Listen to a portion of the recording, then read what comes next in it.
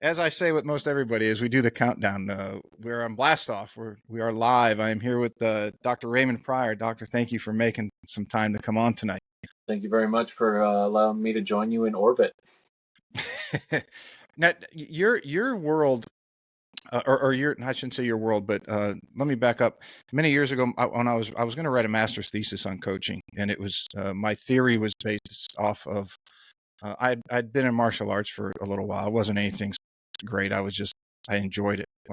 I hated it and I enjoyed it. I hated going because I would get my rear end beat, but I liked it when I left because I knew I had accomplished something. Yeah. But studying Chinese philosophy and even some of their medicinal things, their medicine's been around like 4,000 or 6,000 years, so it has to have some value. But the yin and the yang, which is my logo, and it's part of the logo for the podcast, as you can see here. Mm-hmm. But being in the Hilton Head area, I'd seen a lot of people who retired. And people always say when they retire, they're going to play a lot more golf and their game's going to get better. But what I watched was people play more and get frustrated. So I developed the two, if golf is the overriding thing that we're striving, or the deity, so to speak, but playing and having fun are two of the balances. You want to play more, but you also want to have more fun, because I watch people go the other direction. And then from there, I kind of put together that the 5 elements of doing that was, you obviously have swing mechanics, which is the most important. You have the fitting and the physics and everything of the clubs. You have the psychological aspect or the mental aspect, which is would be your segment of expertise. Fitness, nutrition, all those things were in there. You had, and then you had the 5th one was integration. So which one of those at any particular point in a person's development do they need more focus on? Because it's going to change, right? It's like someone's stock market. So long as it's continuing up, there'll be ups and downs. But where do we identify where you need the most attention at any given in child psychology, and worked with B.F. Skinner and his daughter. So I have some familiarity with your field. Yeah, right on. But Well, I've been very excited to talk to you since we connected on Twitter. yeah, well, I did my doctorate at West Virginia University, not at Is that right? but yeah, so a fellow mountaineer by proxy. That's great. Always nice to be in that company, and obviously it's something that you're taking a more holistic approach to golf when seeing it more than just one thing. One of the things that we kind of see as a red flag in high performance realms are people who think that it's all about one thing, like it all boils down to technique or strategy or equipment, when we know it's an interplay between many different variables, and the human being tends to be the hub of that wheel. So it sounds like that's something that you've been recognizing and kind of integrating into your work. Yeah, and I have a tomorrow, or not tomorrow, but Saturday morning, I have a lesson. A friend of mine's son is about 4.5, 5 years old, and I was explaining to another friend of mine. She had asked me, "Who are you teaching late?" And I said, "Well, I have one that's a new student. He's very young." I said, "It's very simple to teach kids because," and she said, "How come?" Because she has kids herself, and I said, "Well, because kids, all you have to do is challenge them. So if you show them some basics, and then let's say you pick a target."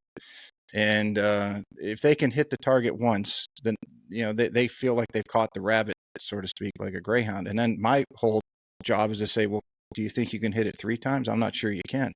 And to me, challenging kids has always been the only thing you have to do with them, because they're going to go off and figure it out themselves. As you get in adolescence and teenagers and they get in a rationalization development of their brain, and they get adults, it's completely different. But I wanted to ask you, am I on the right track? Because it seems to have been very productive with kids in their development when I've used that strategy. Yeah, so if you think about kids from a psychological standpoint, because they're in the beginning of their life, they're often in a beginner's mindset. And a beginner's mindset is just this super curious mindset about cause and effect. Let me try something and see what happens. Mm-hmm. And it turns out that that's a mindset that is a really fast clip of learning, particularly if you're on the low end of the learning curve, where applying effort and experimenting and trying and failing and trying and succeeding leads to growth. And on a neurological level, at that age, their brains are designed to create neural pathways through new experiences at such a high clip that it's going to accelerate learning relative to adults who are older, tend to think more than experiment about things, or look for certainty more than perhaps being curious about stuff. And then as we get older, our brain is designed to preserve our neural pathways, not create new ones. So it's going to Mm-hmm. take, the learning process does indeed get longer the older we get. And so when you have young kids and you're teaching them something and then offering the opportunity to explore and experiment and use that beginner's mindset that they have available to them still and let their brain build those new neural pathways, there's that's certainly a foundation there for helping children learn, and not just learn to do something, but learn to enjoy it because they have a lot of freedom to experiment in something. Is the body is always seeking to be the most efficient that it can, and the brain goes through its pruning process. I think in reading some of the literature in your field a number of years ago, as I was studying putting, went down a rabbit hole on putting and got it deep into neuroscience.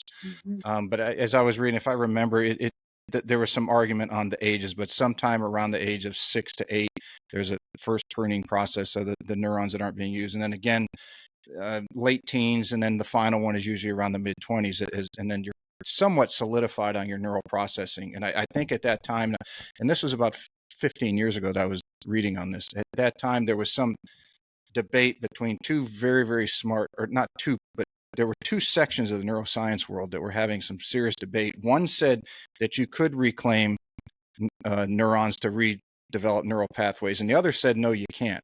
And they did agree that in certain circumstances, like if somebody had lost a limb, then the brain, for survival mechanism, would reestablish neural pathways. They both agreed on that, but there was a fair amount of disagreement on once you have that final pruning process around the early to mid-20s, that the brain could not get neural pathways redeveloped from areas that have been already pruned off.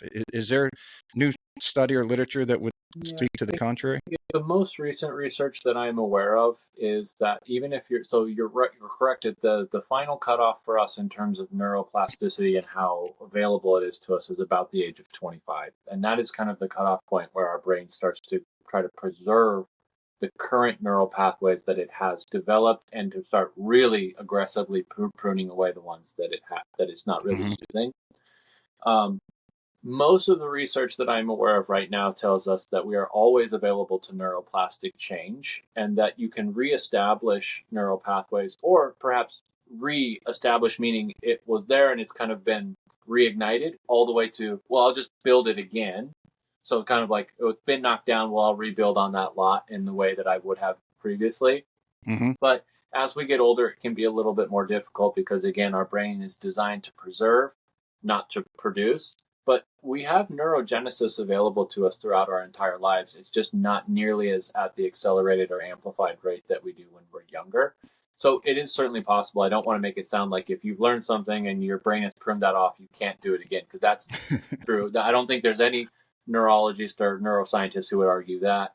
Where there might be some confusion about as to what degree and what conditions those can become available, what kind of experiences are more likely for us to be able to do that. And there's probably still some uncertainty and some debate in that. But when it comes to learning golf, if you've been away from the game for a long time and you come back, you can revisit those neural pathways and perhaps refurbish them, by getting back into the game, which many people do. And the good news is the things that we are introduced to as children come back to us faster when we are older. So if you've had some experience, even at a young age in golf, if you revisit the game at, say, 30, that might come back faster than for somebody who the game is brand new to in their 20s. I know I didn't ever touch a golf club until I was in my late 20s. And I wish I had had that childhood experience with golf, because I have to go create those pathways on my own. And it's a slower road, that is for sure. What is, and this might be getting off on into a different realm or a different discipline, but there has been a lot of discussion. I follow the nutrition and the training world just Mm-hmm. because I find it of interest.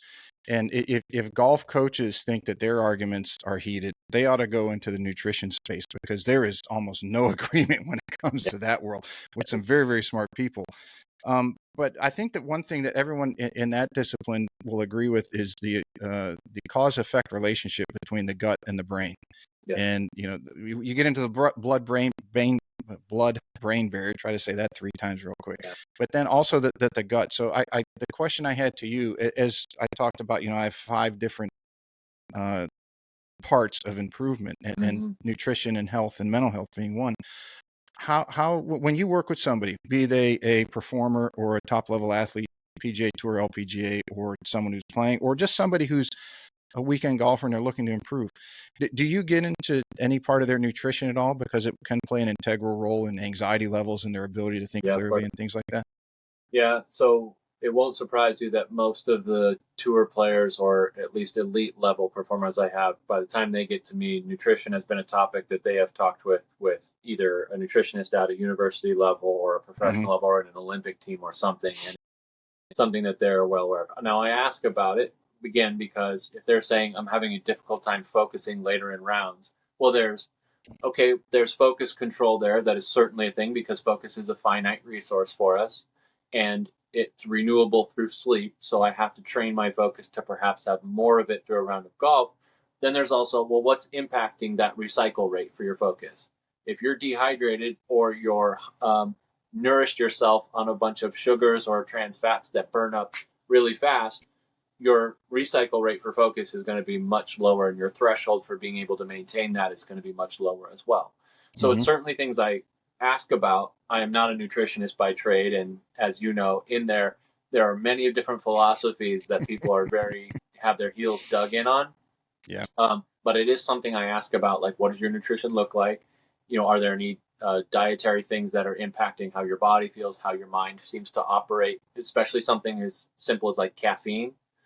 Speaking with a PJ Tour player today, and he was telling me, you know what, my nerves will turn to anxiety like that if I've had too much coffee in the morning before tea time, right? So all those things are this interplay for us as a human being that are important to touch base on because sometimes the things that we experience psychologically are impacted by our body. Sometimes the things we are experiencing physically certainly have a psychological impact. So there is no doubt that if you're trying to get the most out of your brain and your body, what you fuel it with certainly matters, but that can vary greatly based on people's preferences, what their body will allow for and what it won't, what their philosophical and perhaps even dietary preferences are in terms of whether they're vegan or vegetarian or Hmm. straight carnivore. So variety of different ways that can go, but it is no doubt that it is a performance principle.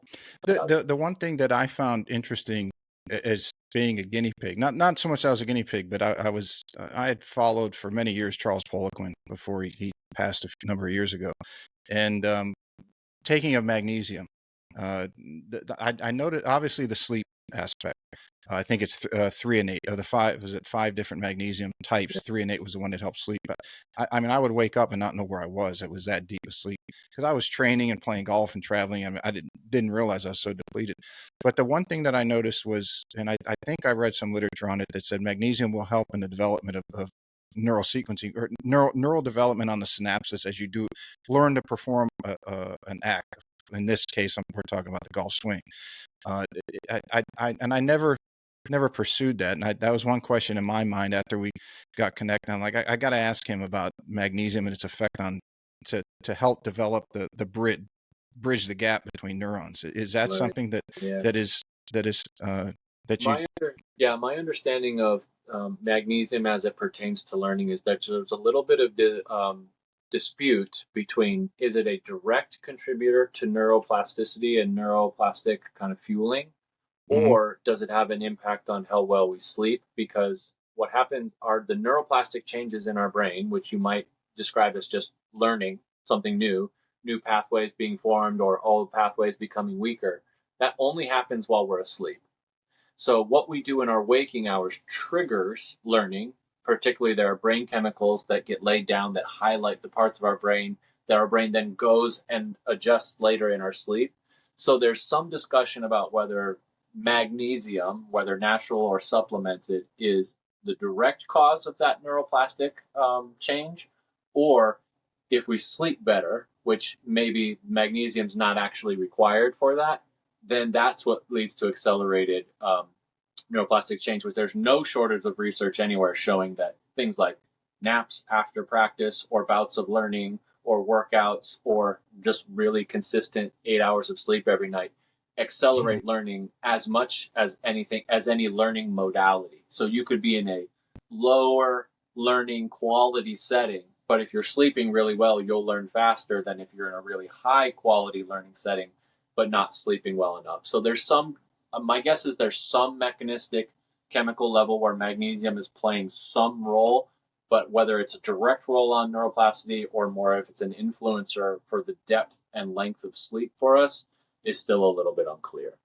Yeah, it's an interesting thing as I follow it as a, I don't even know if I'm an amateur at it. It's just somebody who finds these things interesting as all the systems work in relationship to one another. Yeah. And sometimes I almost chuckle at when you have someone who's so hardcore in their field that tells the other field, no, that can't be it. It's only this. It's like, no, that you can't discredit another system because you're an expert in one and you think it takes precedence over the other.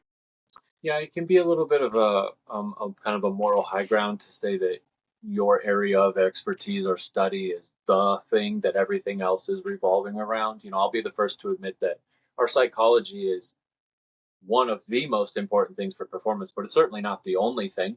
And Mm-hmm. if you have that area developed and trained, then if you're having performance deficits, those other areas are perhaps more important to address at times.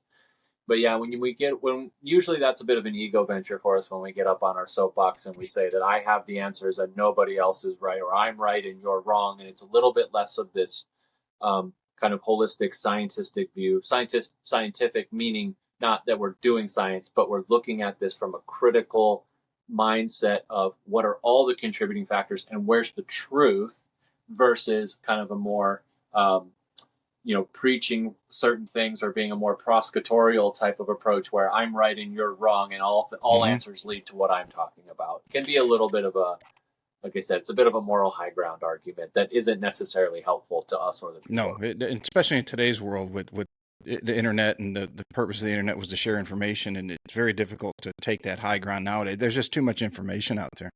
Yeah, and I'll honor and acknowledge too that with so much online content now, it's a bit of an arms race for people's attention, and to Mm-hmm. gain that, and oftentimes that means making very polarized or kind of extreme claims or views. Like if you just look at the thumbnails scrolling through YouTube, everything is this is the best way to do this, and it's these very Yes. blanket statements that are you can't eat this, you got to eat this, or you have to swing the club this way and not. And it's ways for them to try to gain clicks and attention, which again, I'm not saying that that's not a good business strategy, but how helpful it is to the people who are trying to consume that information, there's some question about that for sure. Yeah, and I've got a question for you. I want to get to it later about studies because learning about these things again, as people have the ability to check others now, in the way that studies are conducted, and then Yep, people utilizing them, whether they realize if they're legitimate or not, or really went into depth, or it was just done it's kind of haphazardly. But I want to save that one for a little later. sure. We'll get into it. But as I learn more about you and I listen to some of your talks, and but looking at your website in particular, I mean, you work with such a wide array of I'll say performers, not Yeah. just PGA Tour pros, which obviously this podcast focuses on golfers, but performers, Tonys, Oscars, Emmys, all those things. And I guess one question that popped in my mind is are there similarities between athletes, and we'll use the golf PGA Tour, LPGA Tour, Live, insert whoever your favorite group is there. Are there similarities between uh, pro golfers and professional performers, musicians, actors, actresses like that? Yeah. If you were to take all the different performance realms that humans are in, for example, performing arts or the corporate world, podcasting world, the golf world, and you were to take all of those areas and if you were to look at, okay, well, where are the intersections between them? Those Venn diagrams would have far more overlap than not, right? I could imagine. So it is perhaps a different performance realm and a different performance type, but to our brain and to our psychology, it's just performing, right? So, and the overlaps are everything from the risk involved, the competency that you have, the being present in your performance, the pressure, the actual stress There's got that to be you are, self-doubt. Yeah. As a human all these emotion. things. So whether it's playing golf or whether it's releasing your second album after a great first album, you know, or you win a tournament and then the expectation is that you should always win, like whether that's golf or whether that's music or medicine or business, there's so much more overlap than there is not, which is why somebody like me, who my area of expertise is performance psychology, performance neuroscience, or sleep expertise in quotations there, by the way, not self-proclaimed, but whatever. Um, can work with people in a variety of different things, because what I'm helping them train applies to almost everything. And the key is, can we customize it enough for your performance realm and how that looks? But the underlying mechanisms are almost always the same. So it's just people performing in stakes that matter to them when outcomes are indeed important. And it seems like, as you look at it from a historical perspective, as I read your information and gave it some thought, that the eras of bygone. So if we go back to, let's say, the 50s and 60s, and you had the Rat Pack era, we'll use that for the entertainment side of the industry, and then you had the Arnold Palmer era in there. It because Jim Faree lived here locally, and he passed last year, but Jim was in his 90s, but he would have been from that era as well. And those players didn't seem to have the anxiety level. They might have had the stress level, but I don't think it was quite as high. The same way I look at a Sammy Davis Jr. or a Dean Martin or even a Frank Sinatra, that Sammy Davis came up performing with his uncles from the time he was a kid. So he might be an anomaly, that it was his whole life. I mean, that's what he did. But it just as in general, that era doesn't seem to have the. And I know someone's going to say, well, it's different eras. What did you think? But yeah, but looking at the human being, that they seem to be more okay. If we crash and burn, no big deal. Life goes on. Where nowadays there seems to be so much pressure on wanting to perform now and having the success now. Is that just a difference in times? I think there's something anecdotally to say that, and I'll try to get to some more empirical stuff about it. But each, we might say, era, or as human beings evolve and the world becomes more and more modernized, presents different challenges and different pressures, and different ways to alleviate that pressure. For example, let's say you're Arnold Palmer or Jack Nicklaus, or even Nancy Lopez, where you're playing and you're kind of at the top of the game of that time. The pressure is, well, you're the person, and there's kind of nobody's really aware of other people until they get to the tour. So you're in the spotlight perhaps more than others, in terms of there's only so much spotlight to go around and it's going on you, right?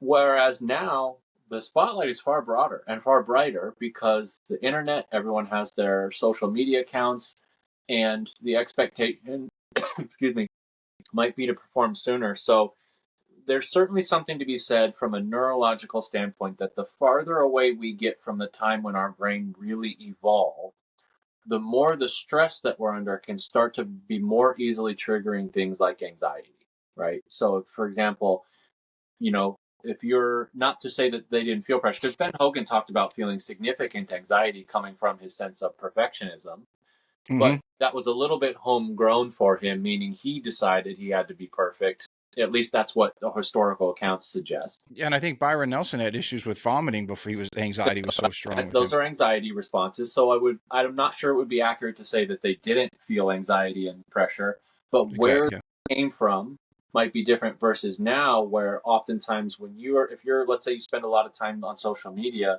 and you're observing the 1% airbrushed version of everybody else's life and golf swing, and comparing that to yours, which includes a lot of ups and downs, even for the best players in the world, that can also create a lot of anxiety, because you're going, well, why isn't my life as good as the 1% of everybody else's life?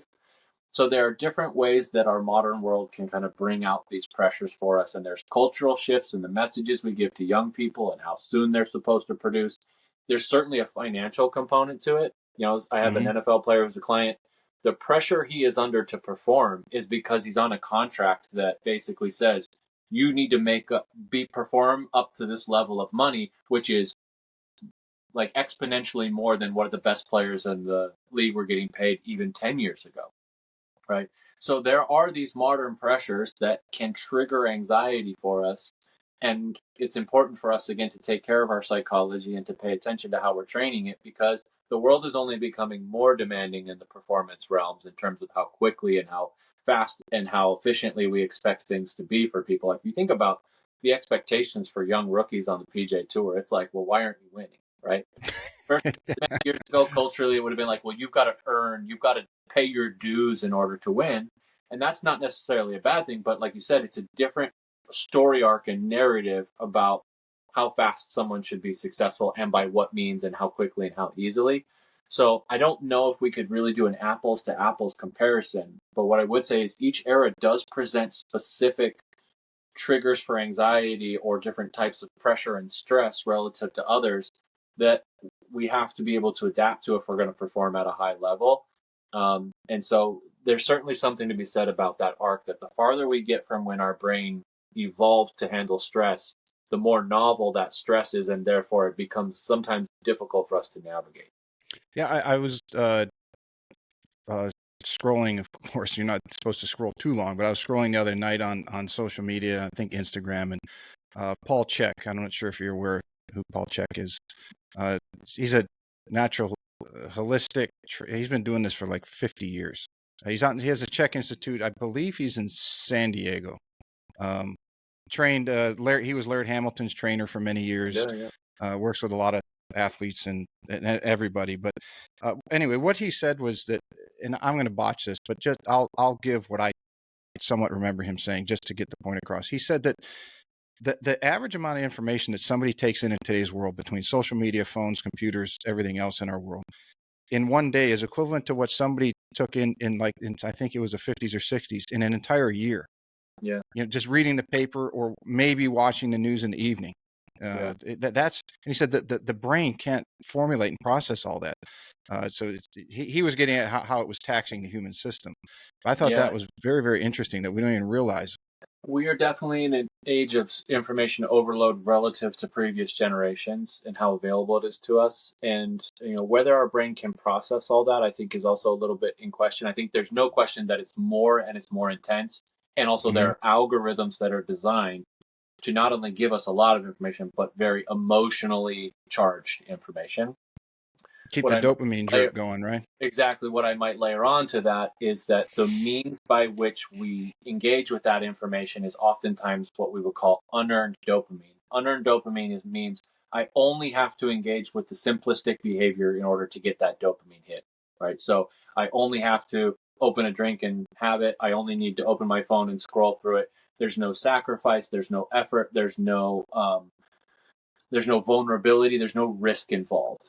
And when we engage with those means of dopamine over and over again, our threshold for what kind of effort, risk, vulnerability, sacrifice we're willing to make to really pursue the things we want gets lower, because our brain is designed to get dopamine in the easiest pathways possible, Mm-hmm. right?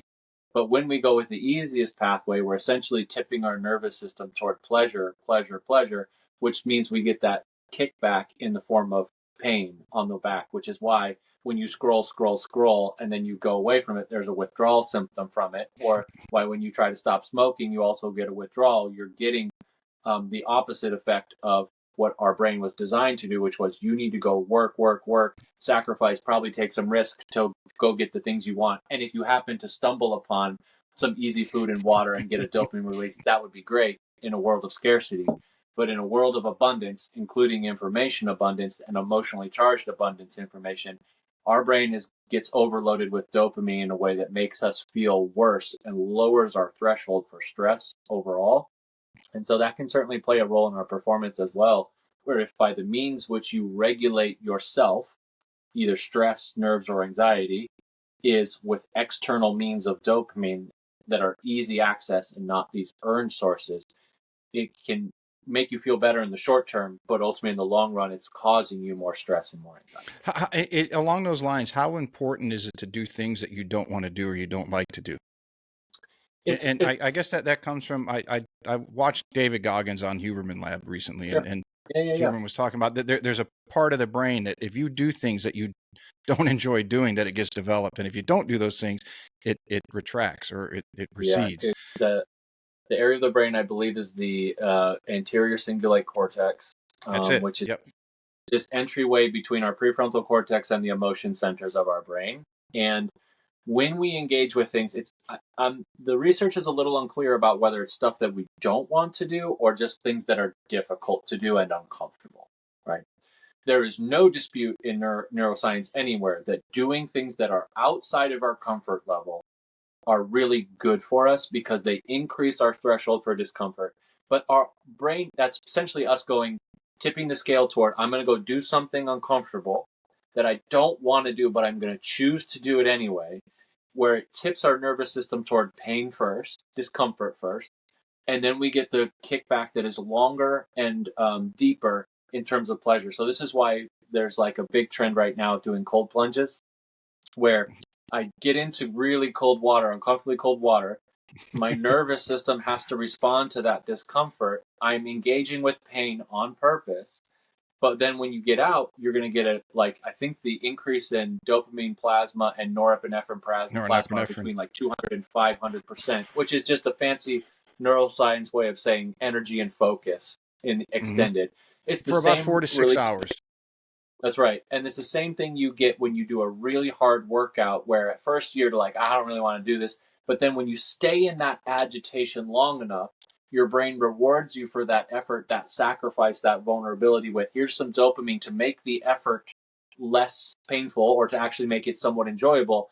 And I'm going to reward you with adaptation on the other end of it as well.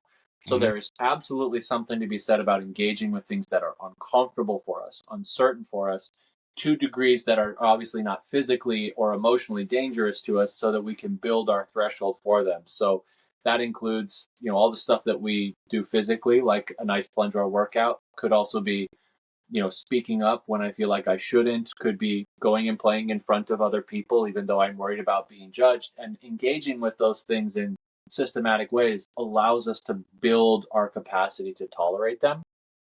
And then, as you're referring to, that structure in our brain, that anterior cingulate cortex, changes shape. And there's some research recently that essentially that might hold. This is again very preliminary research, so take this with a grain of salt. That there are some people suspect that that might hold our will to live, Hmm. which is it would be a very interesting thing. That the more you engage with difficult things, the more you feel like you really want to live. And the more you start to avoid them, the less the will to really engage with life. That doesn't mean you want to die, but it's just like I want to live my life versus I just want to, be alive. Kind of two different things there, and that brain structure is some really interesting stuff to begin with. Yeah, that makes total sense. A number of years ago, I had cancer, and leading into that, my health was not very good. Just as far as I knew, in my late 40s, I thought it was aging, and okay, I'm just not slower, I'm just not strong, but it was deteriorating, and it was like the feeling was so bad at sometimes. The energy levels are so low. It's like, do I really want to? Do I want the next 40 years to be like this? And Yeah, it's very hard to answer yes sometimes that question. But after going through the surgery and everything else, it's like, no, I don't want anything. I want to be here 50 years from now right. and pursuing things that I enjoy and spending time with friends and family. So yeah, I understand that completely. Going Yeah. through that for 3 years, it was not fun, but you don't have a choice in that situation. You don't, and there's like the neuroscience research suggests that when we choose to do things that are uncomfortable for us, we get more of a benefit from it. But that doesn't mean we don't get some benefit from, yeah, I'm kind of forced to have to engage with this, provided it's in an emotionally and physically safe space. And again, cancer treatment can fall into maybe it is or maybe it isn't at times. It's obviously a life-threatening thing for many people. Hmm. But when you go through, there's no doubt, in not just anecdotally but empirically, that when humans go through something really hard, they come out changed on the other side. No Um, doubt about it. there's a ton of research around like new military members that go into basic training that they feel like a different person on the way out because they just do something really hard. Most of them, the hardest thing they've done in their life for the first time. And to be clear, basic training is pretty tough. And I mean, and there's really two options. You either don't do it and you quit, or you do it and you get through it. I mean, that's your options really in those Yeah, situations. And in my situation, it was, well, anyone that has cancer, I mean, your option is, well, you're going to perish or you're going to get through this. I mean, that's it. There's no in between. yeah, So it kind of and I tell you what, for me, not to get off on a health kick on this, but for me, it made me realize that there's no rationalizing out of this. You can't press the accelerator and make it go better like you could. You can hit a harder drive or hit it longer. There is none of that. You do what the doctors that you have put your faith in tell you to do, and you do it to a T, and that's what you can do. yeah. As difficult as it is, there is no way around it. Yeah, what you're talking about there on a larger sense is us as human beings and where we try to gain a sense of control. And Hmm. sometimes we get the most sense of control by letting go of it, where it's cannot actually be found and really putting it where it can be. And when your life is on the line, perhaps with a diagnosis, or even if your career's on the line, perhaps you're playing for your tour card, it's very easy for us to grasp at control where there is none because it feels like we're doing something. But as you're alluding to, if you top time out, like stop trying to rationalize your way to control.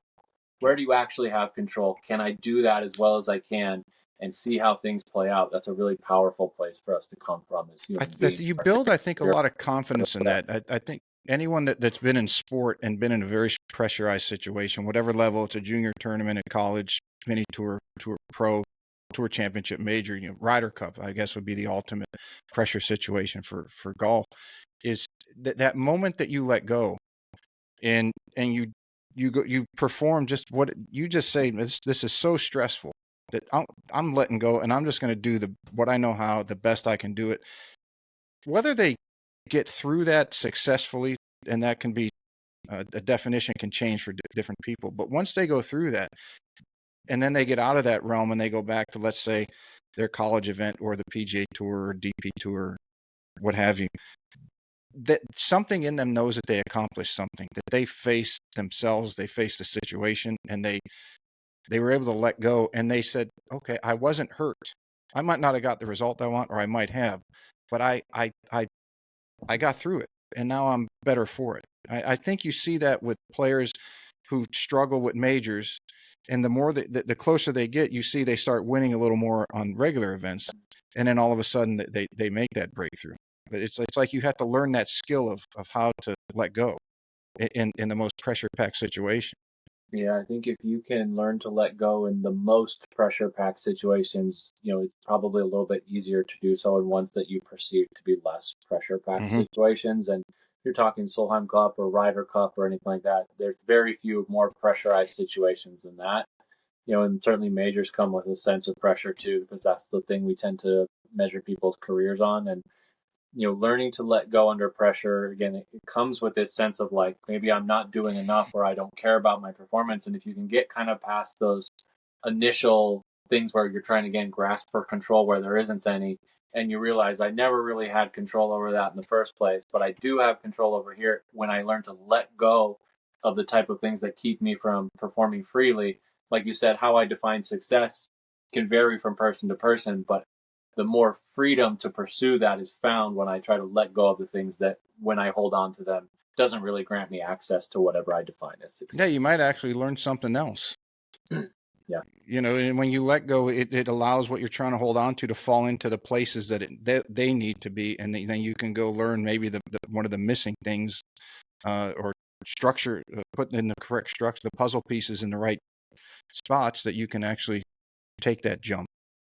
Yeah. I mean, if you're not performing freely enough, we might say, with we might say confidently enough, if you're going to use a word like that, Mm-hmm. if you're not, let's say you're playing through anxiety, it often contaminates everything else down the line, right? Like, let's say I have the best equipment, the best core strategy system, I have the most technically beautiful golf swing and the best caddy in the world, but I'm playing through anxiety. All of those things become compromised, right? And as you said, the more I'm willing to let go of control where there isn't any, and allow myself to perform freely without needing a guarantee on the other side, the more I'm allowing myself to get a more objective and holistic view of what everything else in my performance is doing. And then I can target, well, where do I really need to get better, or what's working and what's not, without it being contaminated by me bringing a psychological state that is not conducive to performance. Are there certain things that people can implement that will help them in those situations, to play more freely, to play more confidently? Yeah. The two elements of stable confidence. Now, again, confidence can come from a variety of places, and I don't want to pretend that any of them are bad. I think it's more effective for us to think about them as how stable they are. A sense of like stability versus fragility. For example, hitting a good golf shot, and if you feel confident from that, that's confidence, but it's a fragile form of confidence because anyone in the world, regardless of how good you are, could hit a squarely golf shot at any time, right? The most stable sources of confidence for us, for as human beings, is one, knowing how to be present. Because when we are present, again, it's not that it's some Zen state or we're void of thought or whatever. We're in a psychological state where we are creating the least amount of interference between ourselves and our performance, because we're actually focused on it as it's happening without distracting ourselves with things that are in different time frames and then therefore don't exist anymore or don't exist yet, right? So being present isn't like, oh, it's a super comfortable place. It can be really uncomfortable. But when we are present, we are actually focused on our performance as it's happening, which makes us better at it. Hence, and it's also internally driven if we learn how to train that. That is element number one of stable confidence. Do I know how to be in the time frame that I'm physically in when I'm doing something in it? Mm-hmm. Element number two is acceptance. And to be really clear, the definition of acceptance isn't that I'm settling for less. It isn't that I don't care. It's not that I would be totally comfortable or totally certain about something. And it doesn't mean that that I would like everything that's going to happen. What it means is I'm willing to perhaps experience it. And what happens on a neurological level is in those combination of those two psychological states, being present and being willing to see how things play out. I'm not multitasking. So I'm not in a time frame that doesn't exist and focused on tasks or events that have already happened or haven't happened yet. And I'm also not multitasking with avoidance, meaning if I'm willing to accept the fact that I might hit a poor shot, my brain doesn't feel the need to try to save me from hitting a poor shot, which is ultimately what really disrupts our physical skills.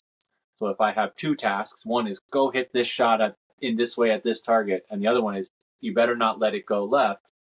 Well, there's a reason we're not allowed to text and drive, and that is because when we have two things that we're doing, we're not actually doing two things at once. Our focus is bouncing back and forth, and we get worse at both tasks. Mm-hmm. Where we multitask with avoidance, which is don't do something, which don't is not really a negative word for our brain. It's just an avoidance-based task. Don't do this, don't do this. It's just avoidance.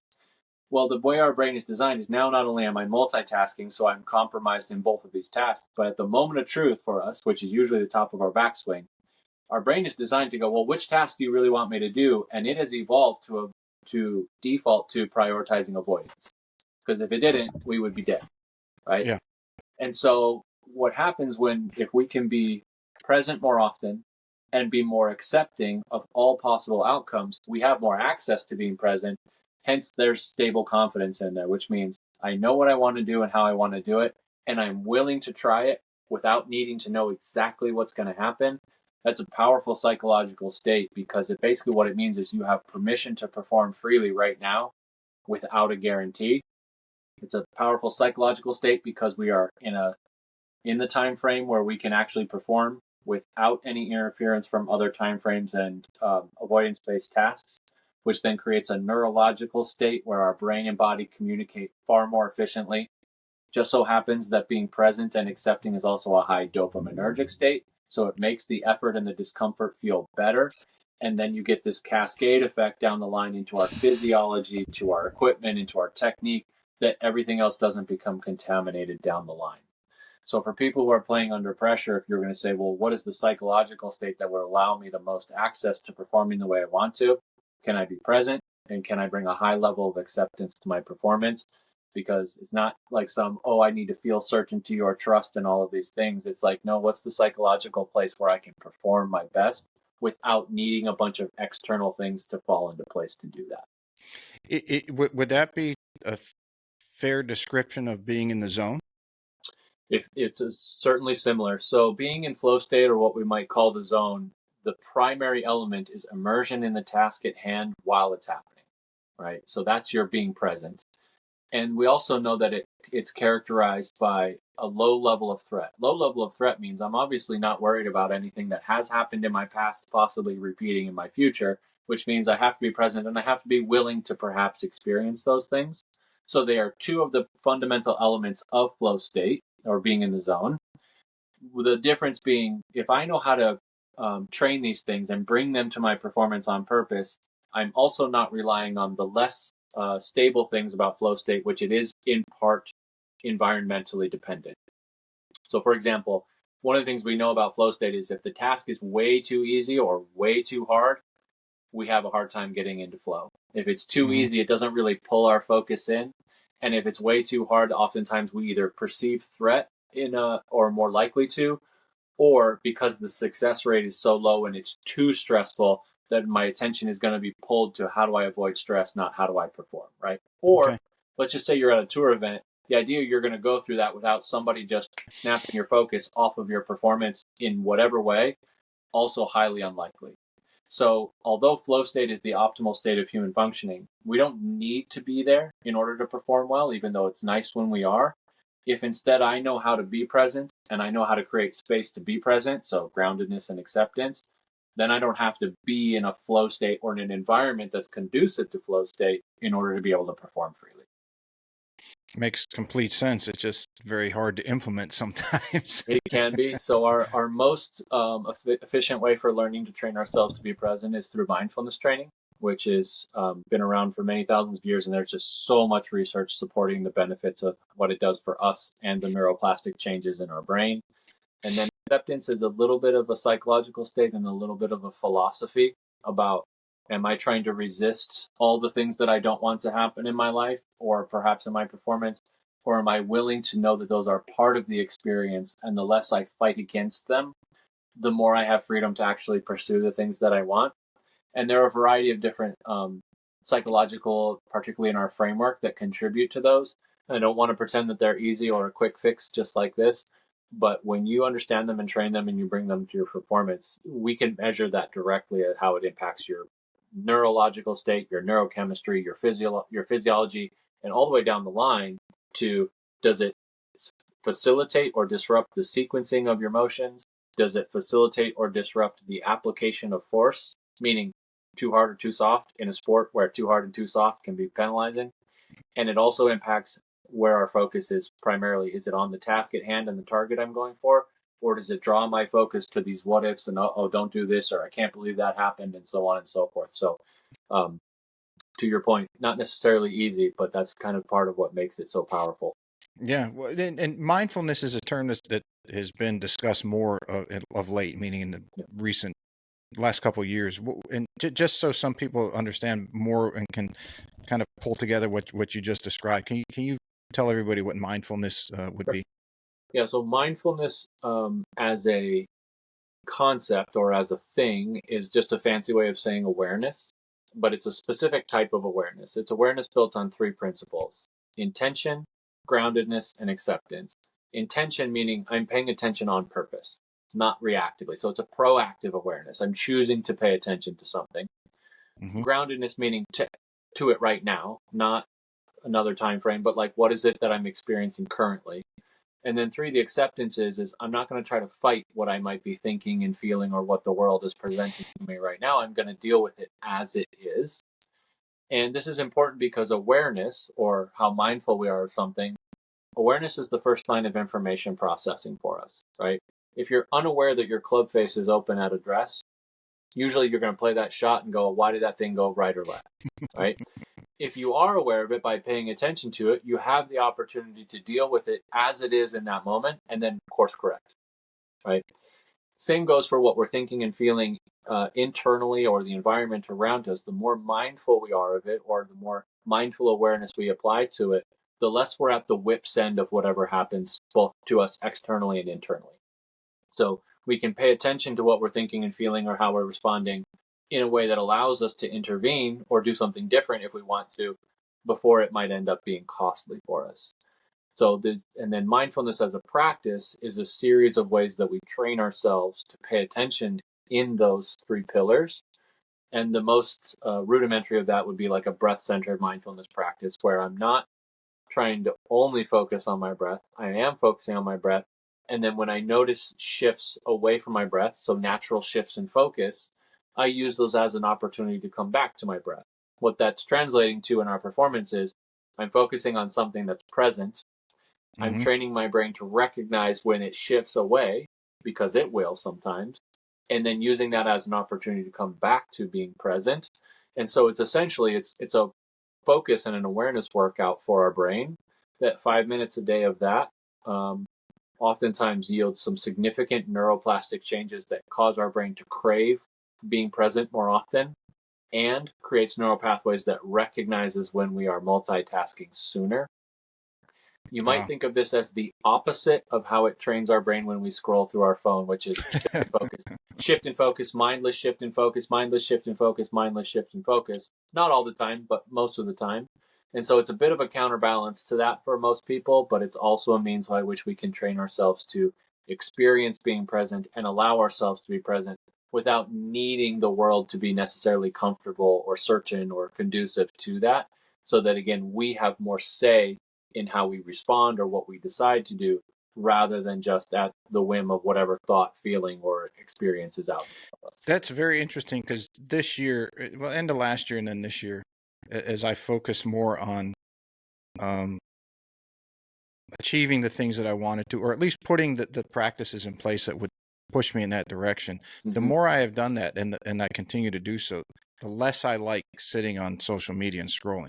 I'll get on social media to check a couple things like, do I have to respond to some post, or I need to know how many clicks, like all that thing, or if I check it, but to kind of get an idea of what people are liking versus what they aren't, and what I need to, like, for example, whatever clips I take out of this, I have some background on what people have liked in the past, time frames, length of the video, and those things. But what I found out was, as I have pursued more of the things that I wanted to and done what I need to do it, the less that I find myself just mindlessly scrolling on social media. Exactly to your point. And I didn't know the reasons, and now I do. Yeah.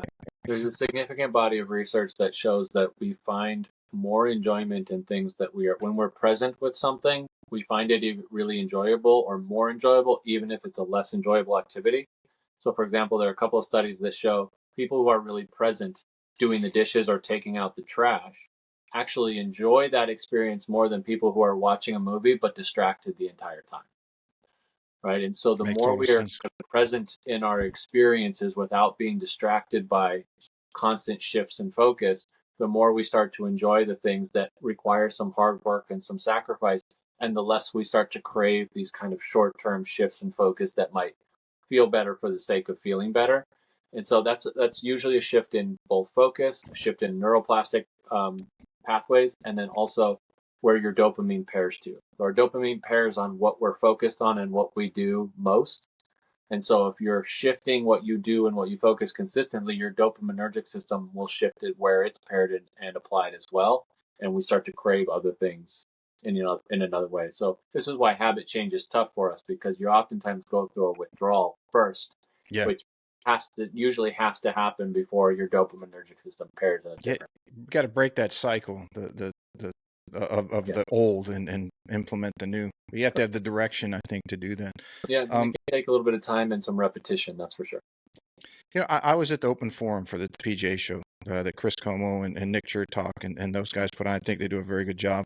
And some of the discussion from some of the presenters, as far as human performance was concerned, had to deal with internal and external cues. And that's been discussed in the golfing world and the performance world, I would say so, for quite some time. I was talking to a friend of mine in the UK. He's a PGA. He works with some tour players over there, and he's getting his doctorate in that right now. I think he's just about done. But he was explaining to me, as he called me the next morning and wanted to see if there were any chairs or anything thrown at the open forum, like I guess like a Jerry Springer show, like maybe it used to be. This was my first one, so I missed all the theatrics of the years past. But he was telling me that the Australia and New Zealand down under are doing quite a bit of work in the performance realm, and that the internal external cue system to them is very 80s-ish, meaning it's very outdated already. Are you familiar with some of the work that's being done down there, and or your input on the internal external? And so here I am familiar with, but define how your terms internal and external cue, and maybe give me an example so I can get a little context. I get, so let's say someone's taking a lesson. The internal cue would be, I want you to feel your hands more behind you at the top, or the external would be, you're going to put a some type of device to hold a pool noodle, and if they hit it, they know that they did it incorrectly. Okay. So is it coming from what they're feeling inside, or is it coming from an external identifier on the outside? So for why people get so fired up about this, I'm not so sure. I don't necessarily know why it's. I wouldn't necessarily call it outdated. What I would say is that it's one of those things that oftentimes people get kind of polarized about, but it's actually more nuanced than that, where an internal cue might register to somebody more than an external cue and vice versa, Hmm. particularly in learning settings. I think what's important for us is to develop some learning where we can have multiple cues that can help guide our performance or perhaps guide us. Where, look, we have two different environments that we are always in as human beings. We have an external environment wherever we are, and there's an internal environment for us. That's our inner experience. And being tuned into both of those can be really valuable resources for us. We do know that sometimes in performance, depending on what you're doing, that having more of an external focus and a narrow focus, like on a target, can be really big. That applies to everybody, everywhere, under any conditions. There are some players where an internal cue or an internal sensation helps them to operate in a way because they might be more internally attuned. But there's certainly something to be said about training both for people, identifying what is more effective for them, particularly under pressure. But I think this idea that like one is better than the other, like it's a little too oversimplified for me to be able to kind of fall into those camps. But I wouldn't even say it's outdated. Again, it's all an awareness thing. Like, what am I putting my awareness and my focus to? And when you're really clear about where that goes, oftentimes that helps narrow focus. And when we want to perform in a really precise thing, oftentimes when it's time for you to actually physically execute your skill, narrowing your focus is really helpful. And whether that's internal or external, both could be valuable if we allow people to experiment with it a little bit and find what works. Yeah, it seems to be that it's, and I've said this many times on this show, with varying degrees of scientists who are measuring things, and research and R&D and coaches who put into practice, and everyone who's been on that. I think the agreement across the board and across every field is we have an inordinate amounts of information that we've never had before. But we're finding out basically what we knew before we got started with all this technology, is that everybody's different.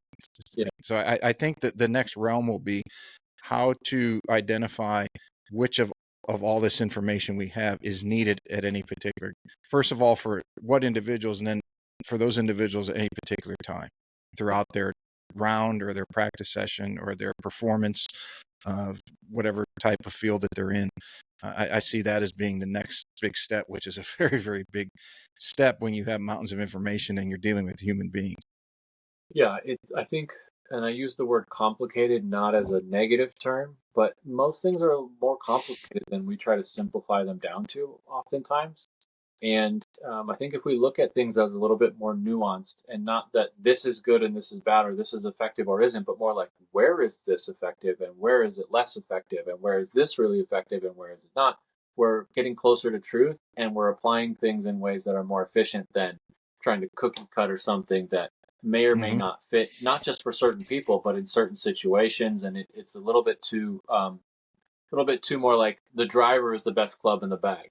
Well, on a long par five or a par four, it might be off the tee, but that doesn't mean it always is, and it certainly isn't the best club around the green. So it'd be kind of like making that kind of antiquated argument where this is the best approach anytime, anywhere for everyone. And I'm not so sure that there's a whole lot No, of you evidence can't do that. for it. Yeah, one thing that I've noticed, and Dr. Bob Rotella came here locally. Val Skinner was a friend of a lady that opened a golf retail store, and she was working with Dr. Bob at that time. And this had to be maybe 18, 20 years ago. And he was going to do a promotional educational class for some people. It was a VIP, but what he did was he let them know, and they notified all the local PGA that said he would do an hour, maybe a little longer session for the local at no charge. Just come listen to him. And it was Yeah. almost embarrassing that less than 10 people showed up for that. I was sitting there, I'm like, my God, yeah.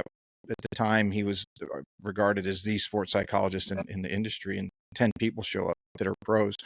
But one thing that I've learned from him and reading his books, and because I know people that worked under him and know him, is any time that he has said something, or anybody in y'all's field, the sport, performance and sports psychology in particular, um, that the recipient, the performer, the golfer, the singer, fill in the blank, almost always seems to come back and say, that's such a simple and easy fix. Why didn't I think of that? Is it because that they're pushing themselves so hard as we discussed earlier, and today there's so much spotlight on them coming from different directions, or internally. We'll go back. Internally, that they're such hard drivers that they're trying to achieve, and then they're trying to solve this massive puzzle with all the things that they know, and then the higher they go, the more things they know, and they're trying to piece it all together. But it just seems like they almost all of them say, "Wow, that's such a simple way to fix this. How did I not know that?" Yeah, I think there might be some layers to that. Without speaking for any one person, I would say that sometimes when we get really stressed and bogged down and the pressure is high, our tendency is to do more, do more, do more Hmm. without popping a time out and going like, what is the most efficient approach? And that an efficient approach, even if it has some layers to it, is going to feel much more simplified than just do more, do more, do more, do more, do more. I think there's also something to be said, in, at least from the psychological standpoint, where perhaps the simple answer is pretty obvious, but I don't know enough about it to be able to simplify it in real time, right? So if you thought about it like a golf swing, if I don't know enough about the golf swing in a comprehensive way, like understand the quote unquote complications behind it and the different nuances in it, it's going to be more difficult for me to be able to simplify that in real time because I really don't know what's going on, right? Hmm. Similar to if your car breaks down and you don't know anything about cars, it's going to seem very complicated relative to if you know a lot about cars, right? Our psychology is not that different. Whereas if I really understand my own psychology and some of the layers and nuances in it and kind of how my brain is operating, it's easier to simplify because I know it's easier for me to identify, well, what is this? Or what is the challenge? And what is the most efficient means? Or what is the cause rather than the symptom?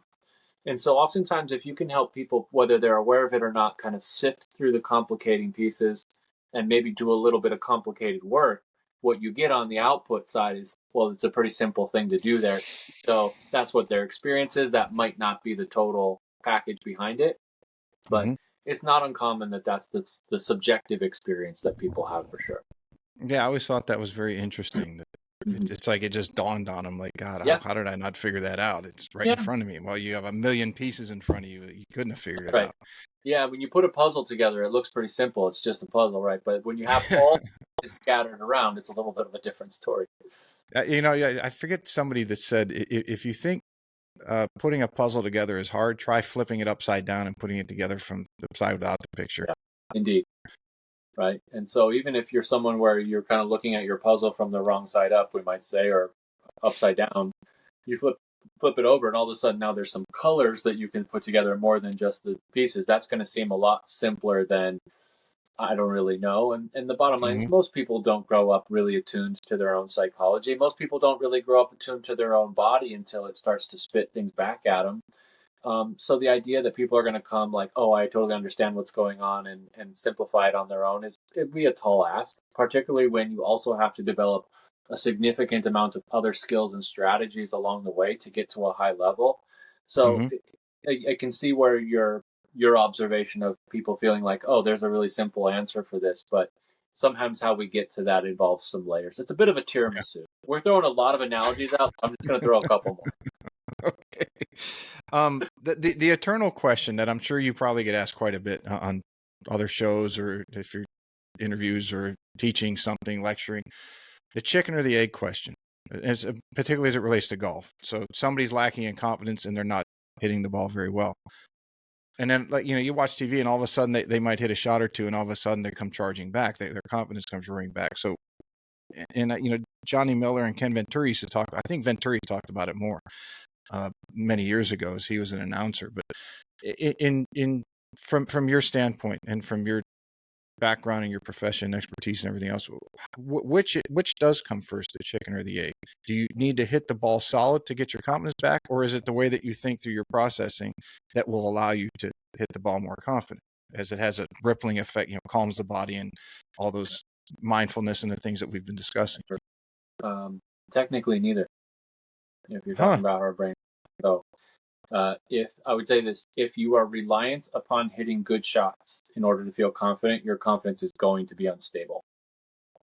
It's a bit of a trap loop, as I call it, where you go, well, I have to hit a good shot to feel like I can hit a good shot. Then, therefore, I usually bring anxiety or a lot of self imposed pressure to the shot I'm about to hit, which decreases the likelihood of me executing a shot freely and well, which means I'm unlikely to get the outcome to tell me to be confident. And then I kind of go through the cycle and it gets tighter and tighter and tighter. Now, yes, hitting good shots can loosen that, but only until you hit a shot that you don't like. So it's this constant kind of cycle where it gets tight enough. This is actually kind of the foundations of the yips, where I need something to go a certain way in order to feel safe. And then it starts to get so constricting that I can't operate freely unless I have a guarantee that the outcome's going to go my way. Mm-hmm. So if you have a chicken and egg relationship between outcomes and confidence, it's going to be unstable. Because really what happens is we hit a good outcome and we tell ourselves some subjective story that, oh, I can hit good ones because it's happened, which is just a story we're telling ourselves. Every golf shot we hit is a mutually exclusive event, right? So again, that's getting kind of into the weeds. What's a far more stable form of confidence is not requiring a chicken or an egg, which is I know how to be grounded and I bring a high level of acceptance to my performance, which is the psychological state where I have the most freedom to be able to perform without a guarantee. Hence, stable confidence by definition is self-given permission to perform freely without a guarantee. So essentially, if you go, my checklist for what it means for me to be able to go perform freely is as short as possible. It's grounded and it's accepting, and that's it. Versus if I'm requiring good golf shots in order to tell myself, or I have to tell myself that I can hit good golf shots to hit good golf shots, my checklist is getting longer. And so I know this has been a thing where people go back and forth. Well, do you have to hit good shots to feel confident, or do you feel confident to hit good shots? That's certainly an interplay, but it's the most unstable form of confidence and interplay between your performance and confidence that we can create. It's not a question why we do this, because if you hit a bunch of good shots, you're going to feel more confident. And when you feel more confident, you're going to hit more good shots. But the means by which we generate that confidence to then have more room to execute, this is a very unstable formula. So for anyone who's going, do I need more chickens or more eggs? I would say you can get rid of all the chickens and the eggs and go perform as freely as you can without a need for a guarantee of a chicken or an egg at the end of it. Then your confidence is not reliant upon things that you cannot control. And ultimately, then that trap loop starts to become much more spacious. Then again, if you hit a bunch of good shots and you feel like you just can't miss, that's icing on the cake rather than the cake itself. Yeah, I would say just from my own experience, at a bare minimum, if you are grounded and more accepting, if you dedicate yourself, let's say you're in a slump, it's a simple word that everyone out there is going to understand, whatever Sure. their level is. If you're in a slump and you're not playing well, at least grounding and being accepting will set the foundation for if you have a swing technicality problem in your stroke, that when you'll have that foundation, you can go get the swing fixed and come back, and then all the confidence, it becomes a minutia. I mean, it's there, it's nice to have, it's a good feeling, but it's not what's going to allow you to get that progression the way you want. Right. So, to what you're alluding to is if the more I'm requiring comfort and a sense of certainty to be confident, the less stable my confidence is going to be. And then, as you're also alluding to, if I try to create that feeling of trust and certainty, or whatever form of comfort and certainty you put it on, via technique, because technique is not flawless, you can't actually really create those feelings in a very sustainable way, in which case then it's going to be a very unstable formula for you to try to perform with. This is the danger with if you are experiencing the yips, trying to fix it with technique. Technique is not the cause, it's the symptom. And when you address the symptom and you don't address the cause, you can mess around with technique all you want. Maybe you'll see some improvement and some better shots that can lead to more confidence, but more often than not, it's an issue of a low level of acceptance for outcomes you don't want, that then your brain is into disrupting your physical technique to begin with. Mm-hmm. Is mental strength, when they say somebody's mentally strong, would the way I view that is it's someone, and I'm just throwing this out there, this is my, again, amateurish, just playing experience and seeing other players, but I'd like to know the scientific from the perspective of an expert. But mentally strong would be the ability to focus on the task that's in front of them, or as you discussed, staying present, grounded, without not so much without paying attention to the variables that are moving around. So gallery, noise. You're playing Augusta versus playing in a the John Deere, not to knock the John Deere, but it's just one that comes to mind quickly. So anyway, uh, being able to navigate and stay in the present with all those variables happening, and they just kind of, you're not worried about them. They just kind of bounce off here. You're able to move one way and avoid it. Is that along the right path, or am I off somewhere? I don't think you would find anybody in psychology or neuroscience who would argue that being present isn't a primary element of what we might call mental toughness, right? Mm-hmm. The other element is acceptance for sure, which is why it's there's also the elements of stable confidence. And what we know when we have both of those in place, we're doing two things. One, we know how to be present, and the other is we're removing the barriers to being present, which then gives us more leeway to actually navigate distractions, navigate adversity. We know for sure people who are more present more often and have higher levels of acceptance for the world as it is are also more resilient to adversity because they have a psychological framework that it tells them when things get hard, you should stay with it, right? Instead of bailing out in the ways that we do. So I don't know that I would have like a full on textbook definition of what mental toughness is because it's very contextual and Mm-hmm. what it looks like for different people might change. But I would say a universal components are groundedness, acceptance, and probably also we might throw into that impulse control, where when I'm in situations that are triggering and pulling me to do the easy thing or the more comfortable thing, can I sit with that discomfort long enough to make a decision that is in my best interest, not necessarily my immediate interest?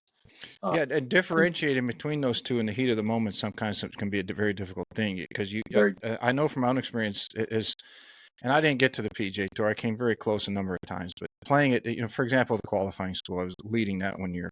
Uh, but the difference between what is comfortable, what do you take that path, and okay, is it comfortable because it it's a thing that you're comfortable with and it's the wrong path to go, or is it comfortable because you're playing well and yeah, you know that you need to go that way? So again, in the heat of that moment, it's very difficult sometimes to identify which of those it is. And when the stakes are that high, you can get very frustrated, almost frozen in the moment because the ramifications of a poor decision can be detrimental.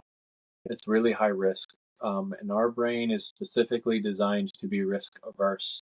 And so it definitely takes some awareness and some work for us that when the stakes are the highest, do I have, again, like I said, that groundedness and that acceptance? And we might even say that impulse control, where, again, even though I'm feeling uncomfortable, I can make a decision that is in my best interest rather than the interest of my immediate discomfort, right?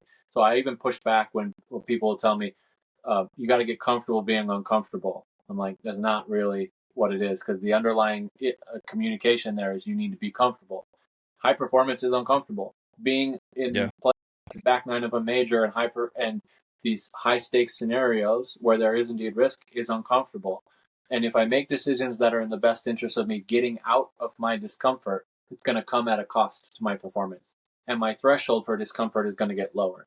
So a more accurate phrase for that would be uncomfortable, right? And we don't need Yep. to be comfortable to perform well. But oftentimes, what happens when we're under stress and we're under duress and under stress in the competitive stress is our brain does what it does when it gets under stress, which is do what you got to do to feel more comfortable, not, well, here's how you would pursue the thing you want in the most free way.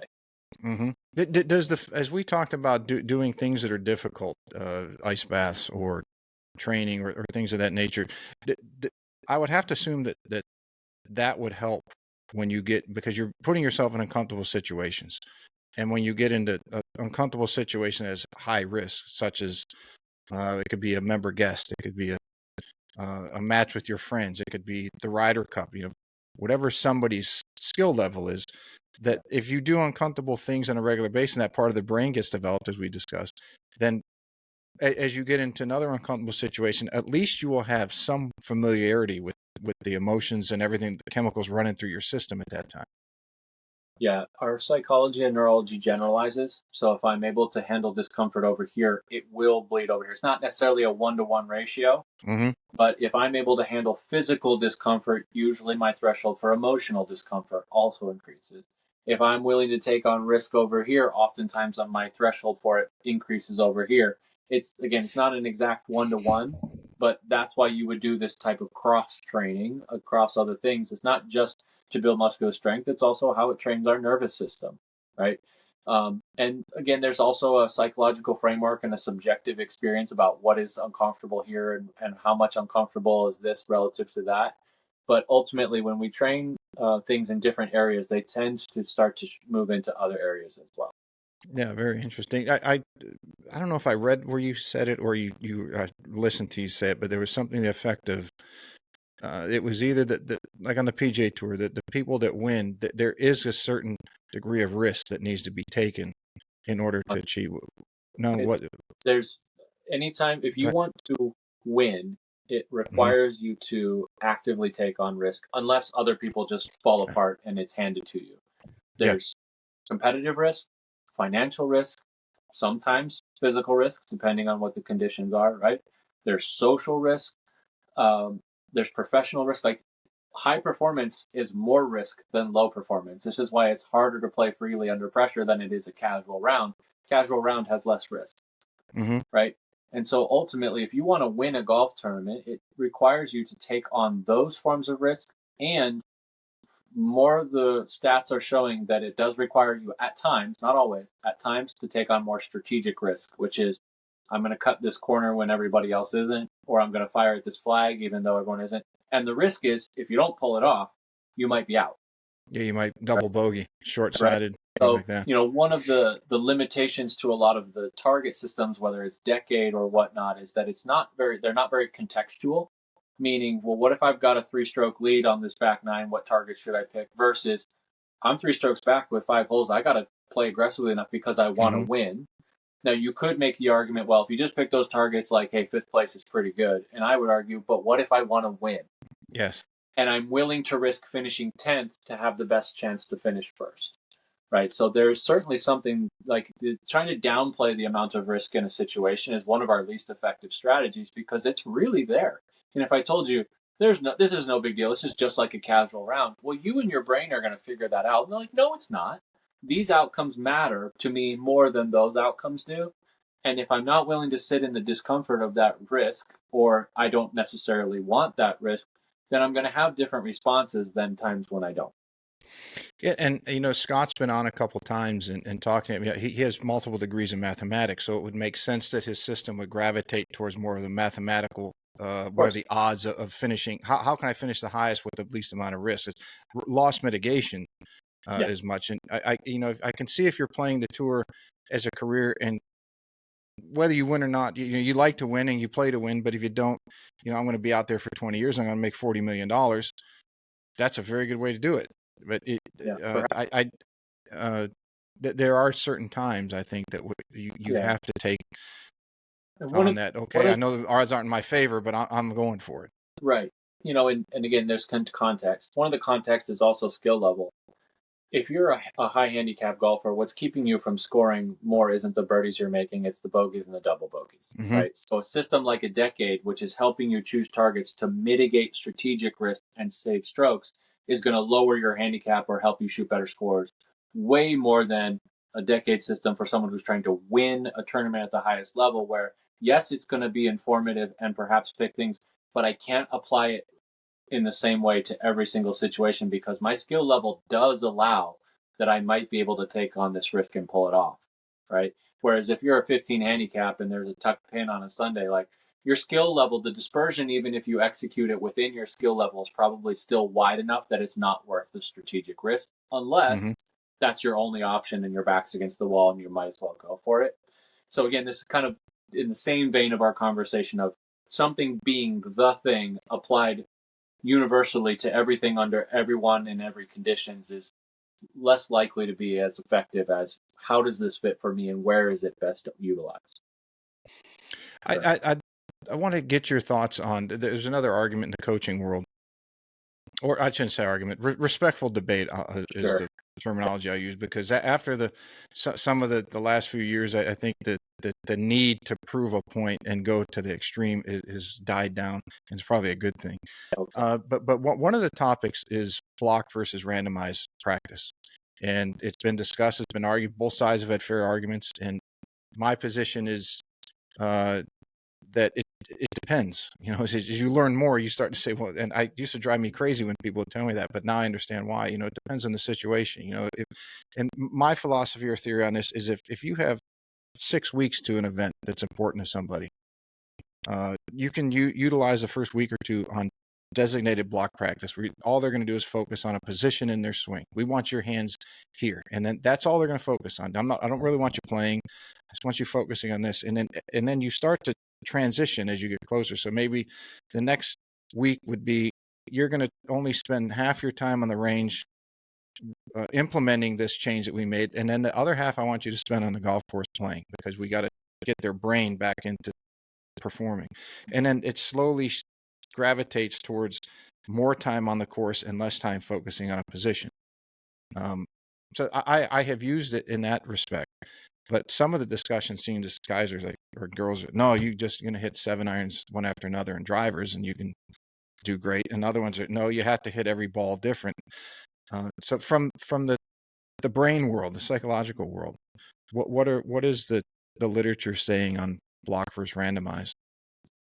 Yeah, the research is quite clear that there are a couple of conditions where it's really valuable for us, one or the other versus not. So, for example, if your skill level, if you're lower on the learning curve, block practice is more valuable, Mm-hmm. right? Because you haven't learned a thing, you're not able to repeat it enough for randomized practice to be able to do what it does for us, which is create you having to execute a skill in a different or way than you did before without cheat code, right? So you need cheat code, meaning you've done it 3 times in a row, so you know what it feels like to do it and you can do it again, right? Yep. So if you're a 20 handicap golfer, block practice is really valuable to you. And you would, not that you wouldn't want to do any randomized practice, but the bulk majority would be more block practice, right? Now, it might not be the same block practice, but the structure would be. The randomized for that person would be going out on the golf course. That's where they get their randomized. It also might be on a driving range or a putting green, but it would probably make up no more than like 15 or 20% of their practice. Mm-hmm. So the lion's share would be more bulk in block practice, right? And then that we just basically see that ratio start to shift as people's skill improves because they don't need as much maintenance. Now that block practice, there's no research that shows nobody should be doing block practice or it's not beneficial to them. So even if you are the most skilled golfer in the world, you would want to engage with some block practice very regularly. It's almost, think of it like maintenance work, where you're making sure that you're establishing your skills and how you're going to execute them. And if you look at any driving range on a PGA Tour event, on Monday, Tuesday, and Wednesday, there are players doing block practice. No doubt, right? But the better you get, your learning becomes accelerated and your proficiency increases as you do more randomized practice or more simulated practice. So essentially just the ratio kind of flips, where you might do 20% block practice and then 80% of your practice is more simulated, where I'm needing to hit a different shot to a different pin or to a different target or a different trajectory, different spin, where I'm essentially creating conditions that are more demanding of my skills than just do the same thing over again, where I already know the conditions and the roll and the speed or so on and so forth. So both can be valuable to any level of skill set. It's really what percent does that play out to, and then how would you formulate that? On the course is great, especially if you're at a really high skill level.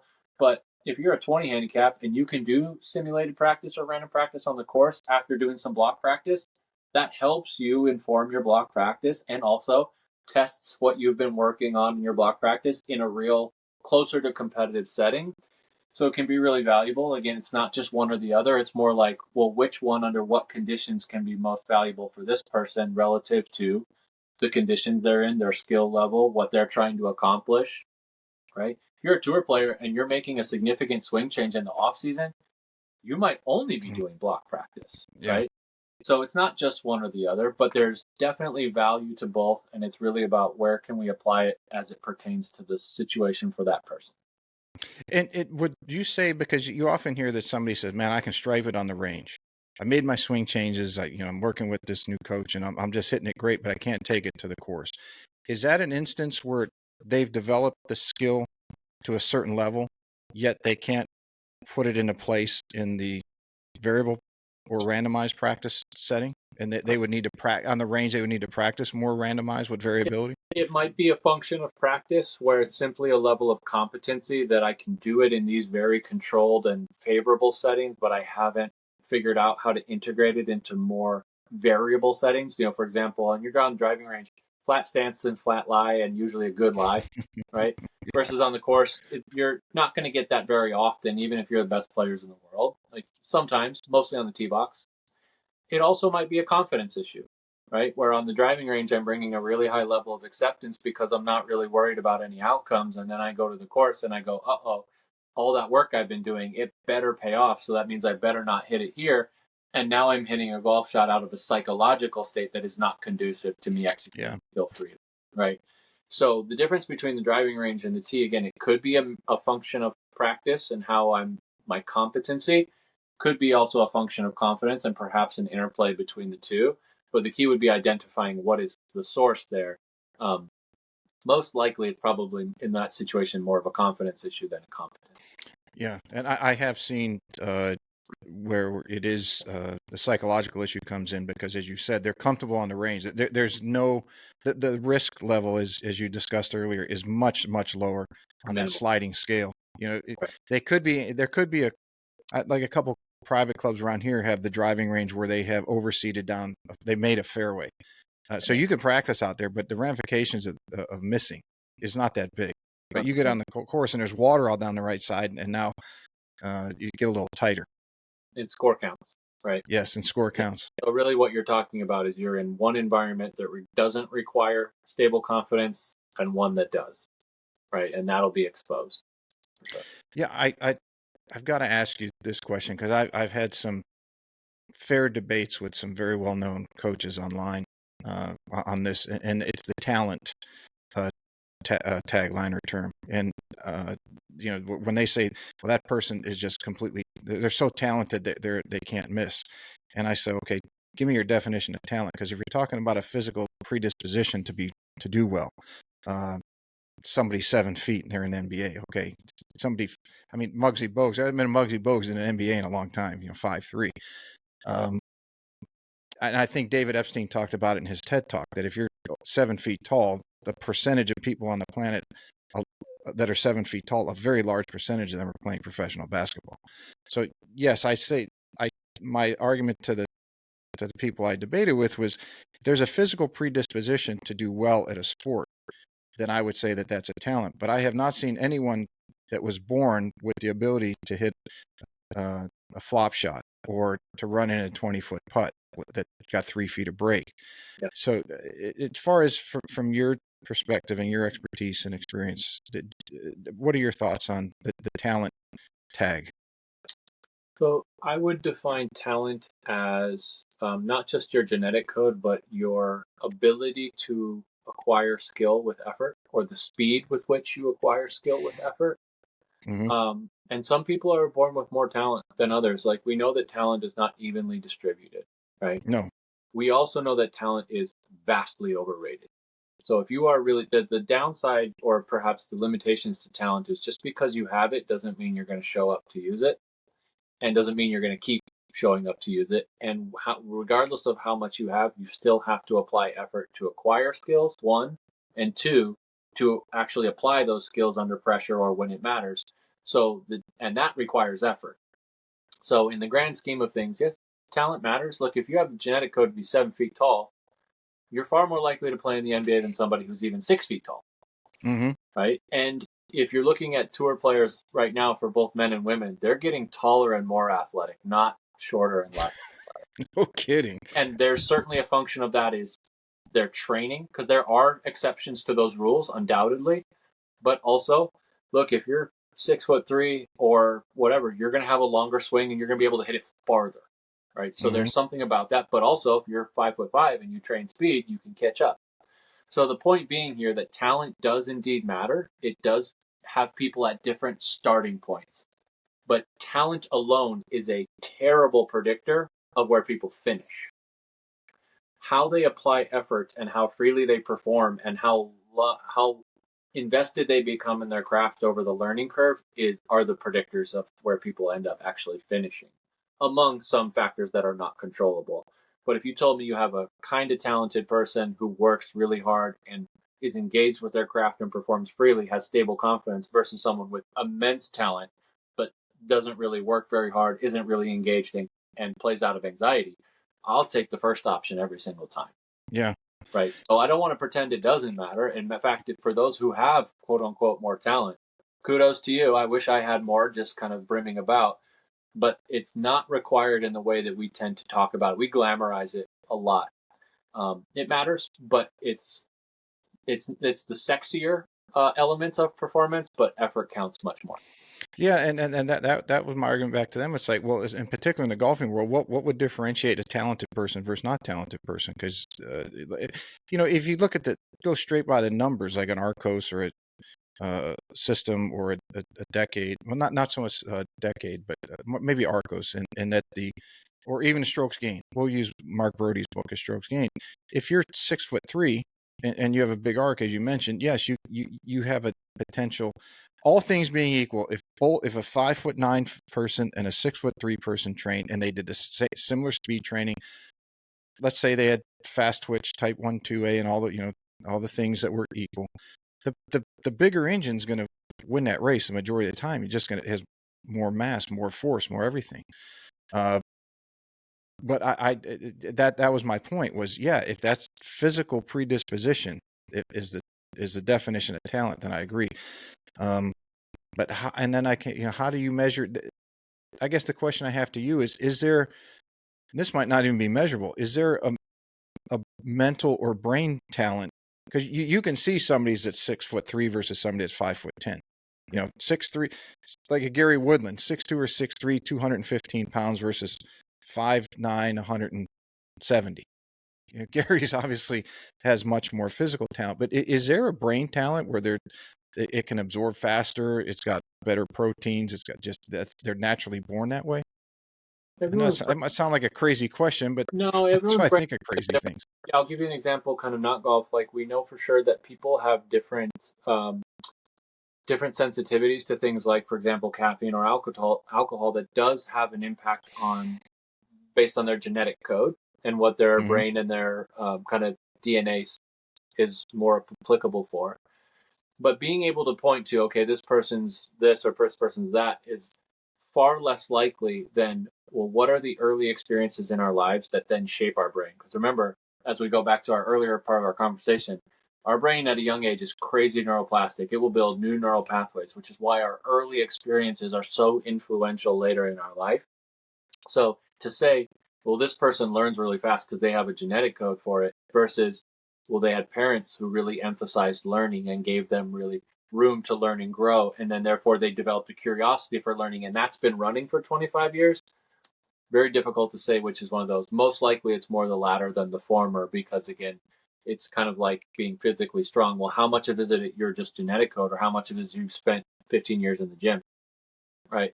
So again, both play an influence, but what we see is a more predictive are, if it was nature, nurture, and narrative, meaning, what you're born with, how you've nurtured it environmentally, and the stories you tell yourself about yourself, we see that, yes, nature matters very much, not nearly as much as nurture and narrative. That was one of the reasons I found David Epstein's book, was the range and sports genes, so interesting. That he had both sides of that argument that were being represented, and it really almost wasn't an answer. It's too hard to differentiate. Yeah, the answer is yes. And then before we finish up tonight, you had a question about research and kind of assessing its rigor. Yes, I got that right. So research, and you're an author and a researcher. Your book, which I am going to get, and I highly recommend everybody else, because everyone I talk to says yes, it's very good. That Golf Beneath the Surface, and for everybody, of course, as always, I'll have that link in the summary that you can get that.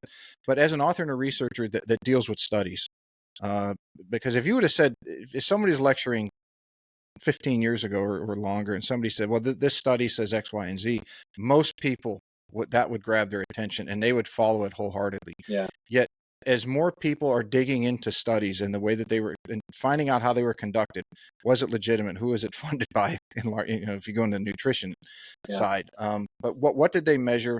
How did they do it? And all those things. That many more studies are being scrutinized now, I think, more than ever. Yeah, sure. Which So, I would argue is a good thing. how does somebody out there who's listening, how do they differentiate between information, as we're in the information age, between a legitimate study and a study where the arrow was shot to the target and then the bullseye was drawn around it? Yeah. That's a really good question. You've mentioned a couple of things, so I would say here's a couple of red flags to look out for. Um, just taking research at face value based on who has produced it, whether it comes from a Stanford or whatever. Tons of great research coming from those places, but just because it comes from there is not necessarily the reason. What you want to really get into is what was the methodology behind it? How rigorous was it? And if you're not totally versed in research methods, that's okay. But what you're looking for are a couple of red flags. For example, does it seem way too good to be true? Are there other studies that also have similar findings? Right? So, Mm-hmm. for example, there's a lot of research that shows one thing, but then when you replicate it over time, you see, like, nope, this was kind of a one off. Also, the type of study. So, for example, studies with smaller sample sizes, you're more likely to get an effect than from larger samples, an effect that supports your hypothesis versus a larger sample size. So, you're looking for kind of large sample sizes where possible. That's not the only good research, but if you're looking at a randomized control trial where Mm-hmm. you're actually testing, does this work versus a control in an environment where you have isolated the thing that you're measuring, you want larger sample sizes. And there's some metrics about what sample size you need in order to make significant conclusions about it. But then you're looking, has somebody else also tested this and replicated it in a variety of different settings so that you know it's the thing? And then ultimately, what you're looking out for are, okay, so who funded this thing? And is it in their best to get these results? Which doesn't mean that the research was bad, but it's something to investigate. Mm-hmm. You know, two, does this align with other research elsewhere? And if it does suggest something different, what are the explanations by the authors about why? And a huge red flag would be they're, as we talked about, this is a generic coverall for everything, good for everyone, way better than everything else under all circumstances. And they don't point out their own limitations to what they're doing. So if you have a study and it's like, players who play faster play better, but there's no explanation about how they measured that, what they did, and it was funded by such and such speed golf services. And they go, this works for everybody under all conditions, and there's no limitations whatsoever. That would be massive, just red flag after red flag after red flag, right? One of the things that people can also go to is where's the source of where this is being published? There are varying levels of degrees of publications where studies come out from. It doesn't mean that a good study has to be in a top tier journal, but the Mm-hmm. top tier journals are the top tier journals because they only accept the most rigorous, well conducted research that is then peer reviewed in a way where everyone who's an expert in the field gets to try to poke holes in your research and tell you why it sucks. And it's essentially pressure testing your research. And if it holds up under that pressure test, then you can publish Mm-hmm. versus I just did a study, nobody peer reviews it, and then here it just goes out to either a news source or something like that. Those are the ones you're going to want to pay attention to. And then, of course, also like when people are running their own research, like I ran my own research to support my own product, it doesn't mean that there's nefarious stuff going on, but you'll want to ask some questions to make sure. Yeah, because the other part of that seems to be that some would say that there's no where we did these studies and it doesn't apply to everybody, so the study it's empty handed. It's like, Correct. well, what out there is going to apply to everybody? Right. Nothing. Yeah. And again, good research doesn't necessarily mean that what it's applicable to is totally globalized. Some really good research is like, no, in this specific setting with this person and this type of thing, blah, blah, blah, blah, blah, this is the best choice for them, or this was what you might pay attention to, or this is what's really predictive. Those types of things, those types are really good research, but it doesn't necessarily mean it's a cover all for everything. Mm-hmm. Right on. Cool. I'm glad you clarified that because I see that becoming somewhat of an issue in in the coaching world and in other worlds as I follow people online on different Yeah, and things that they're in. you'll see more of this, which I think is a good thing, where people are kind of presenting receipts when they're presenting information, meaning here are the citations and the stuff. This is where the information comes from, rather than me just kind of, oh, I'll Throwing it summarize out some there. research. Like, no, really, where did this information come from? That's a good thing for us to be able to do, which is when I'm presenting something to people or sharing something or I'm trying to learn something, like where is this information coming from so that I can assess the quality of it is a really important thing for all of us in any industry. Yeah, it helps everything grow. If That's everyone if everyone's up front and hey, we're all looking to make this everything better. right. Before we wrap up, do you have time for a call it the One, emergency nine? yeah, Just do nine random questions. It's usually pretty fun. sure. First one and last one, everybody gets. The ones in between are fairly consistent, but varied just a little bit. Okay. So if you made the Ryder Cup team and you're walking up to the first hole and they're going to crank the music like they do now, what song are you having them play while you're coming up there? I might ask them if they'll not play music and just do silence. Oh, no, that's a first one. I think it would create a pretty uncomfortable atmosphere that I would be happy to sit in. Okay, that's a cool one. I have not heard that one yet. Your favorite app for performance? Is there an app out there that everybody? I know we talk about not everything doesn't work for everybody, but most people, golfers, should kind of check out, or even if there's a couple. Name a Yeah, couple. I know that there are a couple. I don't really use any. I have an app, I guess, for a launch monitor that I use. So in terms of performance for golf, it can give objective data. That can also be a little bit of a rabbit hole if people aren't using it in the most efficient ways. That though, I have an app for that. And then I would just say, in my overall performance, like just I have a music app or a podcast app that I'm working out to or doing running or running with the dog or whatever that can kind of help Okay. move through those. Yeah. Hollywood comes to you and said, "We've been following your career. We really like your story. We want to make a movie about you. Oh boy. And we're going to let you pick the actor that plays you, especially since you're familiar with actors and actresses. Who are you having them cast as you?" I don't know for sure. I have been told, and again, this is going to sound way more flattering than it really is, that if someone was going to do it, because anytime someone does a movie about you, the person that plays you is going to be more attractive than you are. That's why they're in Hollywood. That's exactly right. I have been told, not by this person directly, that I would be played by probably Chris Evans, who played Captain America. And again, he would be a much better looking version than me in my real life. So hopefully he could really bring me to life. All right, very cool. What would you consider your superpower? I don't know that I have a superpower. I know what that kind of question is kind of going toward. I would say if I was going to say superpower, like I really like working hard and I'm very curious about things and I'm more interested in the truth than anything else. And I think that's been pretty useful set of capacities that I've developed. Yeah. I would say in today's world that the search for truth is that would be a superpower because it seems to be the society in general doesn't want to search for that. So yeah, that would definitely be a superpower. Your favorite purchase in the last year under $1,000? Under $1,000. Ooh. A lot of books. Probably been over $1,000. I spend a lot of money on books. Or I just got a new guitar. I bought a Gretsch, which has been nice. It was just shy of $1,000. So there we go. Yeah. Just one off tangent. Books. Favorite book that you would recommend most people? I don't know that I have a favorite book. I'm really interested in reading stuff to help understand stuff, particularly books that are more about the truth. Not necessarily that I don't like fiction, but like nonfiction books that are about understanding something and getting to what it is rather than presenting like, as you said, well, here's an arrow, I'll draw a bullseye around it.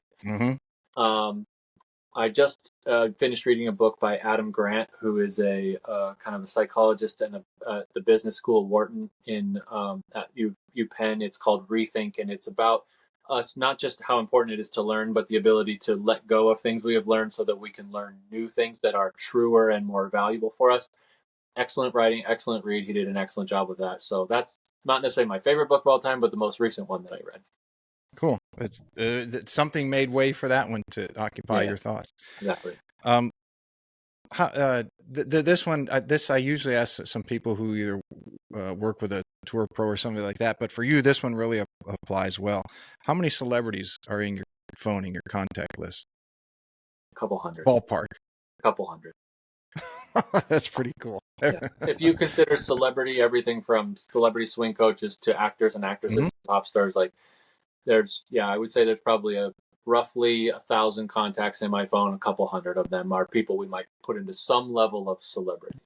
Very cool. That one I was very curious to hear your answer on. Yeah. If you could have an emoji stamped on your golf club, what would it be? Man, good question. I don't use emojis, so I'm a little bit unfamiliar with them, but probably something along the lines of a question mark, which is just about being curious, like being open-ended, like let's see how this round goes. Let's see how well you can play the shot. So bring in more of a sense of curiosity to performance. Cool.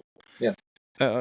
If you could have any franchise in your kitchen or any restaurant, what one would you put in your kitchen? What would you put in there? There's I grew up in Albuquerque, New Mexico, and there's a local pizza chain called Dion's Pizza. And if I could eat that without the consequences of eating pizza every meal, I would. They also have some subs and salads, and it's a thing. So if I could have one of those in my kitchen, I would be very overweight, but very happy. Very happy. And then the last one that everybody gets, in your opinion, as far as golfers are concerned, who's the GOAT? Who's the greatest of all time? I have no idea. And quite frankly, I don't need to know. I think I can appreciate all levels of performance without needing one person to sit atop the mountaintop. And I think who that is can fluctuate. And there are so many different eras and contexts and things to consider that the idea that one person is the person who holds the top for me, I don't feel the need to do that or have that argument. No problem. Yeah, it's your answer. Mm-hmm. Anything coming up? Are you lecturing somewhere? You got anything coming out that we can tell everybody about? Well, if you're interested in more about some of the stuff that I teach, you can check out my book, Golf Beneath the Surface, which you can find anywhere, Amazon, bookstores, wherever that might be. I will be speaking at, I think it's the Southeast or Midwest PGA show or conference in early March in Tulsa, Oklahoma. But other than that, I don't have a whole bunch of public stuff. You can catch me and my co-host Chase on the Golf Beneath the Surface podcast, wherever podcasts are found. We would love to have people join us over there, and those are probably the most efficient ways to catch me if you're looking to do so. All right. And if somebody wanted to get a hold of you to consulting, start working with you, best way through your website or social media? Yeah, my website is btsmindset.com. You could also catch me on Twitter at BTS_mindset, but I don't check that very often, so the website is probably the best way to be able to do that. All right, so everybody check that out. I think a lot of people are going to, if they were driving, listening to this, working out, I think they've got a lot to put into play or figure out how they're going to put into play next time they go out and play. But I think whatever they do after they've listened to you, they're going to have see some improvement in their game. Hopefully they stick to it. And if you don't, reach out to Dr. Ray via one of his through his website, and have him give you some direction, and you'll probably see your game and your life go to a whole new level.